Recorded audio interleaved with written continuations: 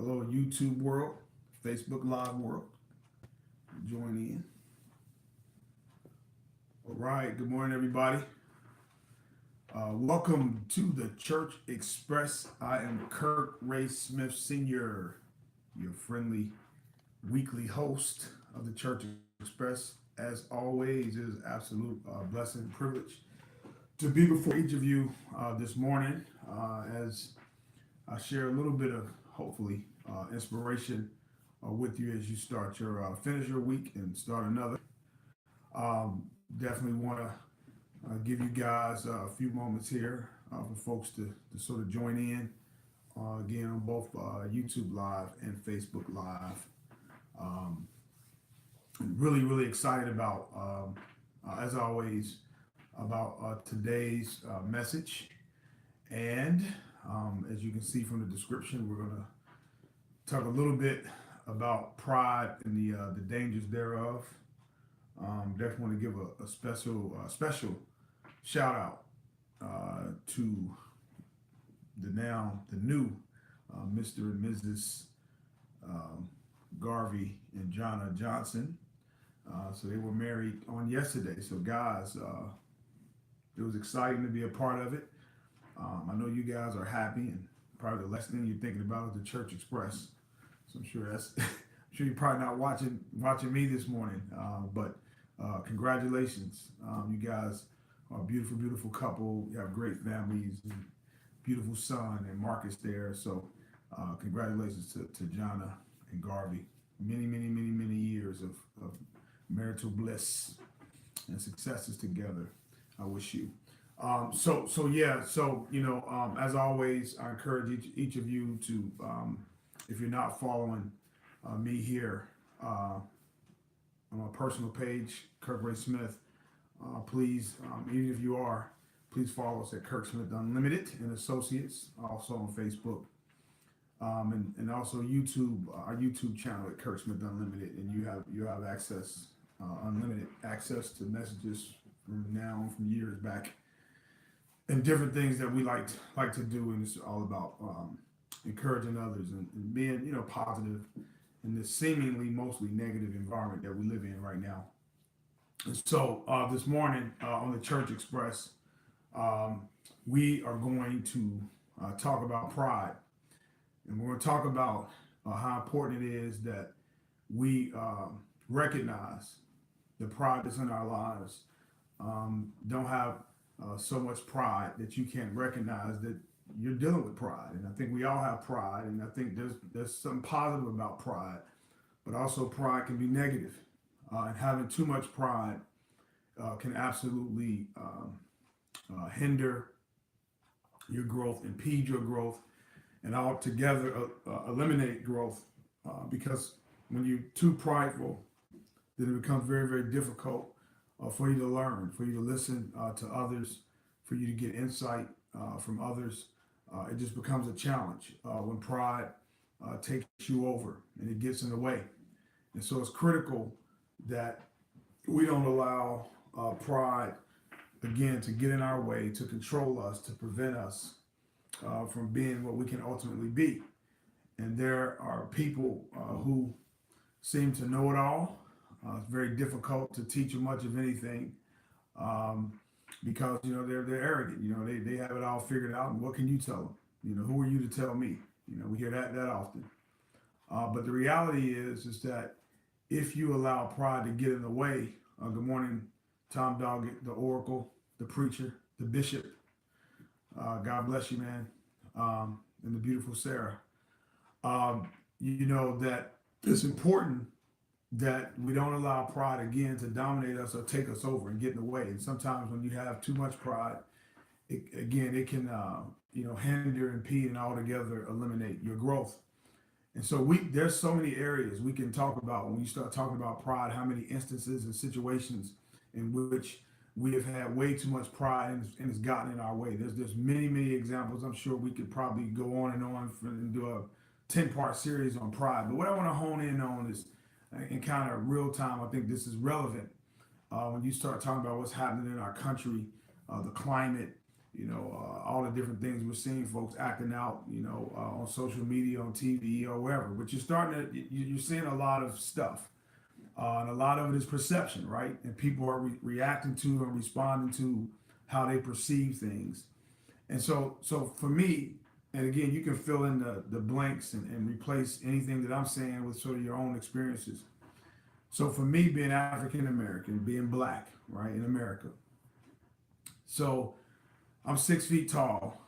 Um, I'm not gonna give you my weight, but it starts with two. You know what I mean? But on the low, very very low two, it's 205. Okay, you got me. But at any rate, and I have a bald head, right?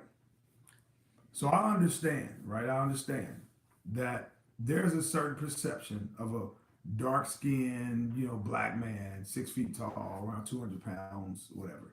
There's a perception, right? That's a reality. So you look the way you look, and no matter how you look, people are judging you based on that, and there's a perception that they have of you, like it or not, it exists. So we're all being profiled, all of us, every day. We profile each other all the time. Subconsciously, we do it all the time, right? We look at people and we come up with a series of assumptions, sometimes more than others, but we just do it. That's just how society works. I got it. Okay. So I understand that around certain groups, when people see me, if they don't know me, and they're just walking by me, or wherever I am, or if I'm in front of a group, whatever the case may be, oh my God, he's this tall black man. Oh my God, grab your purse, grab your child. He might hurt us. He's scary.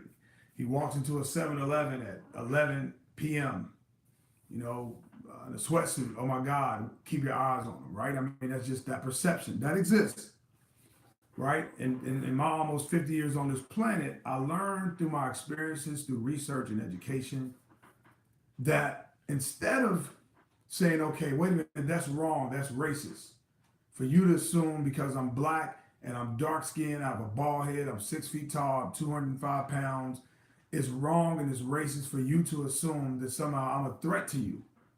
Now, basically, that's correct, right? It's wrong to judge a person based on how they look and then come up with all these negative adjectives to describe them based on what they look like. Okay, that's wrong. That's absolutely wrong, right? That's absolutely wrong. That's wrong in every way. There's nothing right about that.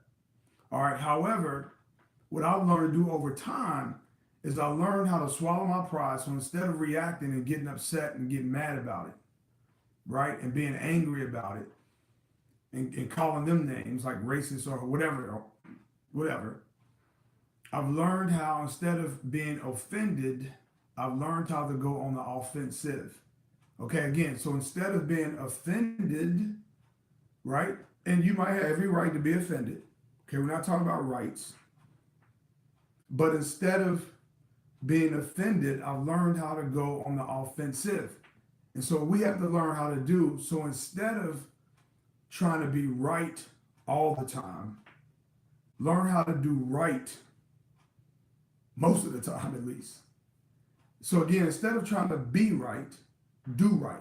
You get that? So I might be right in my frustration that this person is judging me because I'm black, because I'm 6 feet tall, because I'm dark skinned, I have a bald head, and they're judging me and they're clutching their purse or clutching their children or whatever it is.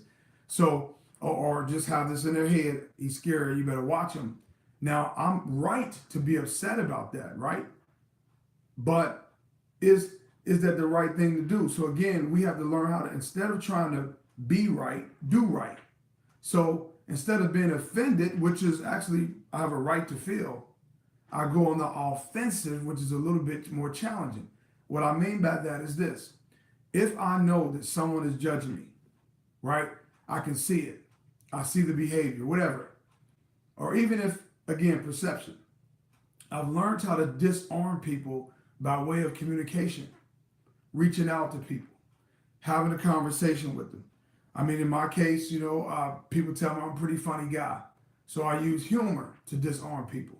I mean, I've been in front of groups of 5,000, right? And most of them didn't look like me. And I understood that the group that I was addressing had all these different backgrounds, probably not many of them like mine. that it's critical that when you get in front of these people, you disarm them. How do you disarm them? So it could be humor, whatever it is, but you want to break people down. Because here's what happens. Here's the amazing thing.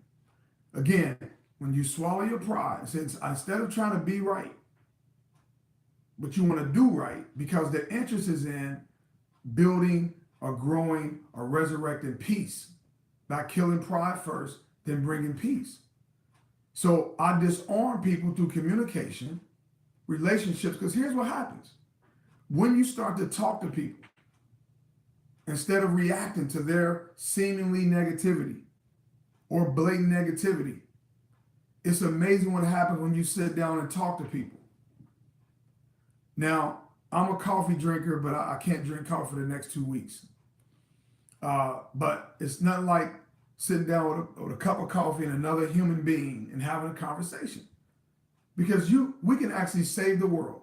No, we literally can save the world by way of communication. If you just sit down and talk to people, have a conversation. Because here's what happens. When I talk to you and you talk to me, right? I'm listening, you're listening. And you learn people, maybe that person isn't as bad as you thought they were. Just maybe through that conversation, you discover that, man, this person really isn't this or that. And that their feelings or perception towards me could be based on either something they were taught or something they experienced or they've been through with a person that looks like me, whatever. But the reality is, folks, we cannot spend all of our time reacting and stressing out and getting mad every time someone feels differently than us or looks at us in a negative light. Don't go off. Don't lose your cool. Don't listen. Pride will tell you, hey, you better step up and fight for yours.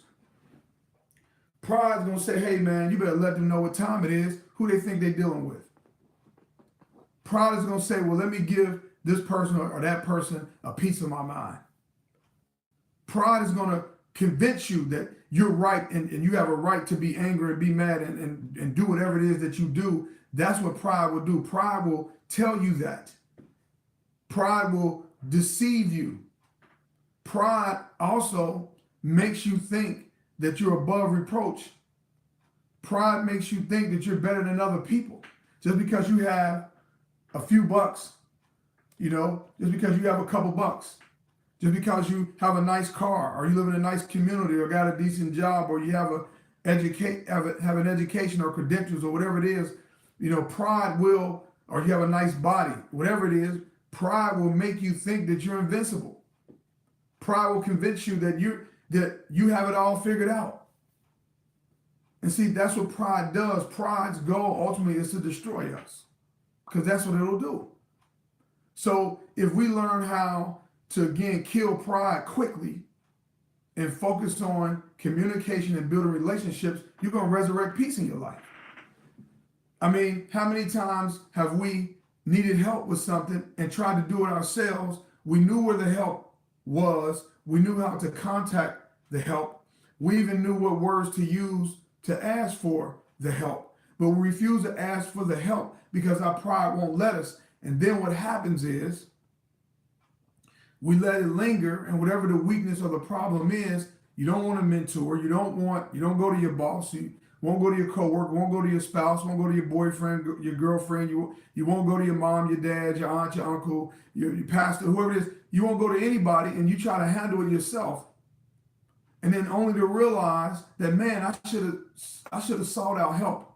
I should have sought it, and I tried to do it on my own, and look where I am. Had I gotten help a year ago, 2 years ago, 3 years ago, 6 months ago, I wouldn't be in my predicament. But that's what pride does. I'm a man, right? I got this. I don't need help. Well, man, show me a human being that does not need help from another human being, and I'll show you a graveyard. The fact of the matter is this. First of all, let's settle this. Now, me personally, I'll depend on God for everything. And I can tell you that when you have difficulty receiving help from human beings, it's almost impossible for you to get help from God. I know, just hear me out. Let me say it one more time. If another human being can't help you with a thing, nothing in your life, and you don't need anybody at all, then it is impossible for God to help you. Why, you may ask? Well, who does God use mostly to help people? What vehicle or mechanism has God created and mobilized to help people? You guessed it, other people. God uses people to help people. That's what he does. So he inspires people to help others. He speaks to people and gives them direction. Even when they don't know he's guiding them, he does for your benefit, for my benefit. And so there is no intent here on this planet, on this earth, for you or I to somehow get along by ourselves. Now, that being said, it is absolutely true that God does not want me and does not want you crawling on our knees and kissing people's feet, kissing their behinds and all kind of stuff to get stuff from and begging them for help. That's not the plan. That's not an abundant life. All right. Now, we can certainly do things to compromise our chance at an abundant life by putting ourselves in situations and making poor decisions that will cost us and make things harder than they have to be. That's absolutely true. But all in all, when you think about God and what he wants for us, for mankind, he does not want you living your life that way. So he tries to guide you in such a way where the decisions that you make wouldn't put you in a predicament in which you're going to be overly dependent on other human beings, because people are fickle. You know, people are fickle. That's true. They're inconsistent. However, God absolutely uses people all the time, every day, to help other people. Even people who may not walk with God, may not even believe in God, God will use that individual to help you. That's right. That's what he does. Now, what pride does, however, pride tells you you don't need him. Pride says you're sitting here struggling right now, whatever your difficulty is. And it ain't even that hard of a fix, really. It ain't even that complex, but you're struggling. I don't know, let's think of something common like financially. You're struggling financially. And you know a friend and a family member, whomever, who are in a position to help you, who absolutely would help you. But you won't reach out to them for $50 because you don't want to appear needy. You want them to think that you have it all figured out. So you won't ask them for the $50. And then the bill comes rolling around. Again, I'm just using 50 as a number. $50 as a number. Then the bill rolls around and you have to pay the bill. But you don't have the money. So now they're going to turn your lights off. So now you're getting ready to get your lights turned out because you wouldn't go ask for $50. So what you do instead, some folks, you go to a check cashing place and you'll go write a check. And then someone's going to charge you all this interest so you can pay your light bill. Now you owe those people, I don't know, 2 weeks, 30 days, you got to pay them back with interest. And that now, so you would swallow your pride to go there, but you wouldn't swallow your pride to ask for $50 from a person that you know cares about you. But you'll go get a check or a loan from a bunch of people who could care less about you. But because no one really knows you're struggling, you feel better about yourself. Man, what kind of sense does that make? Now, I agree, you should not announce to the world every time you're going through something. That's a mistake. And you got people that do this stuff on social media and they announce to everybody what they're going through. I don't believe in that. But at the same time, there are people in your life who care about you, who love you, who absolutely will help you and won't judge you if you're going through something. And you need to reach out to those people and stop allowing your pride to get in the way of who you can ultimately be. You have to maximize this life. Look at life like this. Look at it like, let's say it's a marathon, right? Life is a marathon. Now, I'm not the best runner. I mean, I've run a bunch of, 5Ks and stuff like that, but I'm no runner, by any stretch of the imagination. But Let's look at it like a marathon. Now, if I understand marathons at all, I think it's what, 24 and a half miles or something like that. It's a long way. Now, you work out, you're in shape, you did everything you're supposed to do to be ready for this marathon, right? Let's call it a marathon life. You're doing everything you're supposed to do. You're doing your best, you're trying, right? You don't always make the best decision, but you're moving forward nonetheless. Okay, you're prepared, you're ready. Now, along the way, there's tables and places where you can pick up water and keep moving and doing all of that, because no one can run that long without keeping fluids and being properly hydrated. So along the way, there's a water stand to your right, there's a water stand to your left, there's places to stop to get what you need. I don't know, I think they may have chips, because salt helps with hydration, whatever. But you got these little stands, and you grab the stuff and you keep going. Now here's what happens. So again, let's draw the parallel to life. So if I'm running this marathon, I'm in life and I'm going, and I see water, I'm kind of thirsty, but I'm not too thirsty, so I'll just pass that one up. I'm good. The rest of you poor people and all you people struggling, having problems. I know of a couple couples who said that they've been married for years and they never argue and never have fights. That's garbage, man. Ain't no such thing as you can't be married to another human being, like a human on human. You can't have human on human interaction and not have issues, because we're imperfect people. So listen, if you ain't arguing with each other, you're talking to somebody, but I digress. But anyway, you got people, I don't need the water. I'm gonna keep going. And then this what people do is you keep going to the point to exhaustion, where you're getting ready to collapse. Now, once you get ready to have basically pass out from heat exhaustion, right, by not being properly hydrated, now what they're gonna do is they're gonna put you on a gurney, and they're gonna put IVs, and now they're gonna force the water into your body. So now I wanna ask you this question. So why do we wait until the last minute, until we're practically dying on the vine, to reach out for help, or they have to come in and force help on us? Now, what feels better? You reaching out for help when you're physically in a position to ask for it, and you get help from the right people. Okay, asterisk, the right people. And then, or is it where you're forced, and now people are gonna come pull you out from your situation when you're in your worst position ever? In other words, you don't ask for help when you're in dire straits. You don't ask for help when you're in your worst position. That's the wrong time to ask for help. You ask for help by way of when you discern, when you can foresee challenges ahead. That's when you ask for help. Not at the last minute. Not when you're on your. Listen, that's not. And I'm not just talking about financially. I'm saying in order to keep this life going, in order to keep moving through this marathon that we call life, you're going to have to be hydrated. And I don't have to have this strong, deep, intimate relationship with the person manning the water table. I just need water. I'm going to thank him for it, but I'm going to keep it moving. See, that's what God does. Listen, everybody that helps you is not going to be in love with you.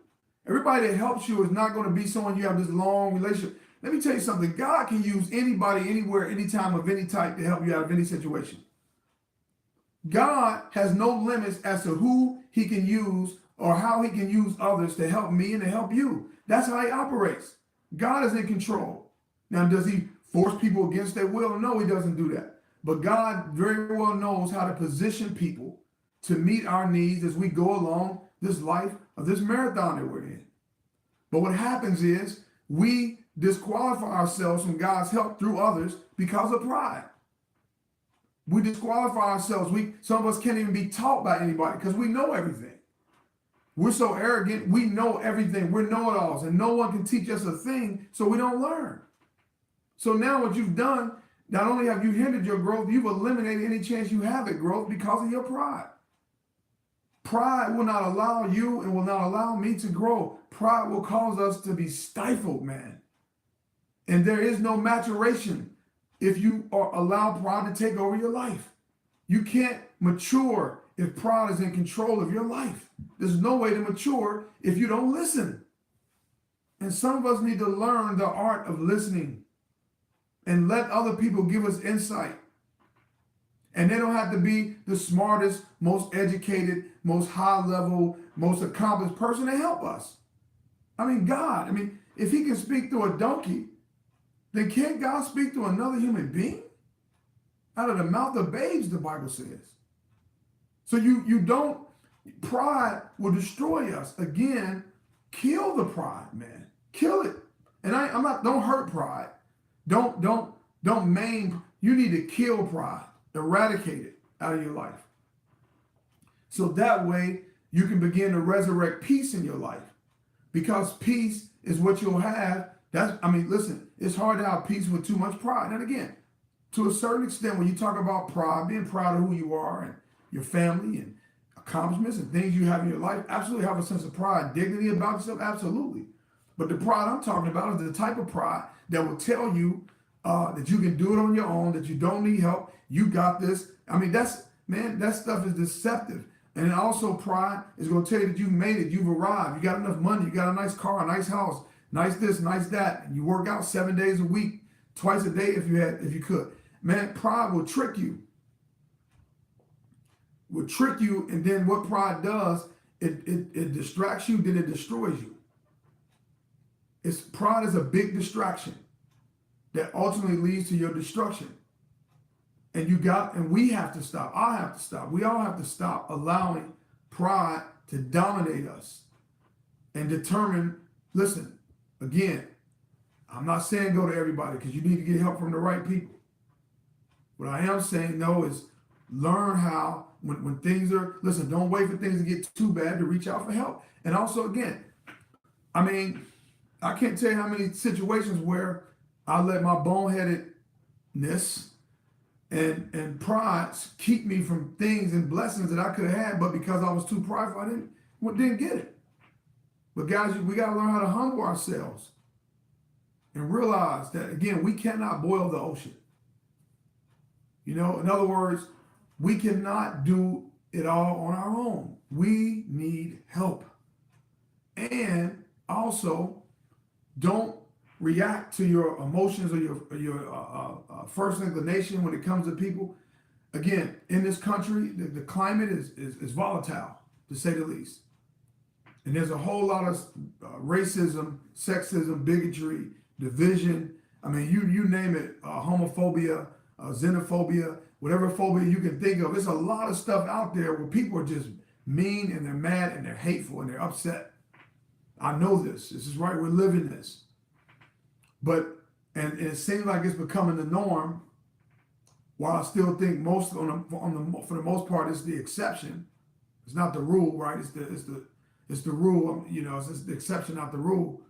But what I'm saying, what we can do individually is start disarming people by talking to them and communicating with them, not going there, right? Not engaging in fights and arguments. And when they want to go off and be wild and invite you to some drama, you don't have to accept the invitation to that mess. You can walk away. Don't, again, learn how to ask questions and just have a conversation. I was at a restaurant recently, and some of you know how much I love the Ohio State Buckeyes. I mean, I just love Ohio State. I know some drama up there right now, and I hope that justice rules the day. Whatever the truth is, they found out, and we move on. But at any rate, so I'm at a restaurant, and this happens to me pretty regularly. So I have on like an Ohio State T-shirt, and I'm here in Florida, by the way. I live in Florida, and I'll be out, and I was out at this restaurant, and it was, I think me and my wife are the only folks of color in the entire place, really. And we were sitting there and with some friends and talking, and one guy, a white guy, he yelled across the restaurant. He said, "OH." And I said, "I-O." And you guys know that's the call sign, right? That's how you know real Buckeye fans, right? He's like, "OH." And I was like, "I-O," And we started talking. And all we talked about was Ohio State and the drama that's going on up there. That's all we talked about. Shook hands, said bye to each other and moved on. Now the white guy, right? And all his white friends and family, me and my wife and the couple we were with. And I don't mind saying the couple was, you guys know Dave Saracusa and Fran Saracusa. We were out with them, one of my good friends, great people. And we were leaving and had this conversation. Now, all me and this guy talked about were the Buckeyes. Here's what I'm saying. I know I'm black. He knows he's white. We both probably are very cognizant of what's happening in this country. But all we talked about was the Buckeyes, and that was it. See, that was it. I don't know him. He doesn't know me. But that's what we talked about. And that was the extent of the conversation. See, if we do more of that instead of focusing on what separates us, concentrate and work at what brings us together. So if Ohio State was the common denominator between me and this guy, then so be it. Find something in common with people and talk about that. Talk about that and watch how you'll see this world change. But pride is telling all of us, pick a side, stay on your side, and to hell with everybody else. And if you're a Christian, then you better not talk to a Muslim, deal with a Muslim, and run as far as you can from them, whatever. If you believe in the Bible, then you should stay away from, homosexuals and whatever, and don't talk to them, and transgender and whatever, move on. And that's it. Cut them off. Really? That's what God wants us to do? No, man. I know me. I am Kirk Raysmith. Is supposed to be one of the lights in this world. One of the cities that sits on a hill that cannot be hid. That's what I'm supposed to do. I'm supposed to be the salt of the earth. That's what the Bible says I'm supposed to be. So I'm going to take my charge and I'm going to take my responsibility. I'm going to take my job description as a Christian seriously. That's what Jesus really looks like. Because I can imagine if Jesus was on earth right now, if Jesus was walking the earth right now doing his ministry, I guarantee you that there'll be people from the LGBTQ community hanging around him. I guarantee you that prostitutes would look for him.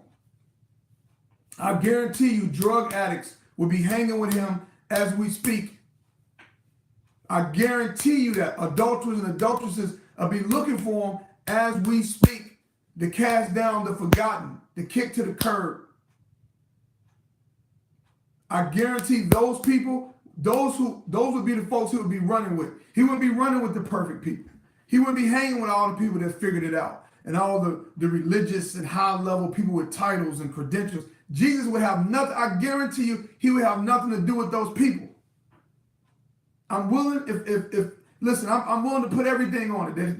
These are the people he'll be hanging with, because he'll feel most at home with them.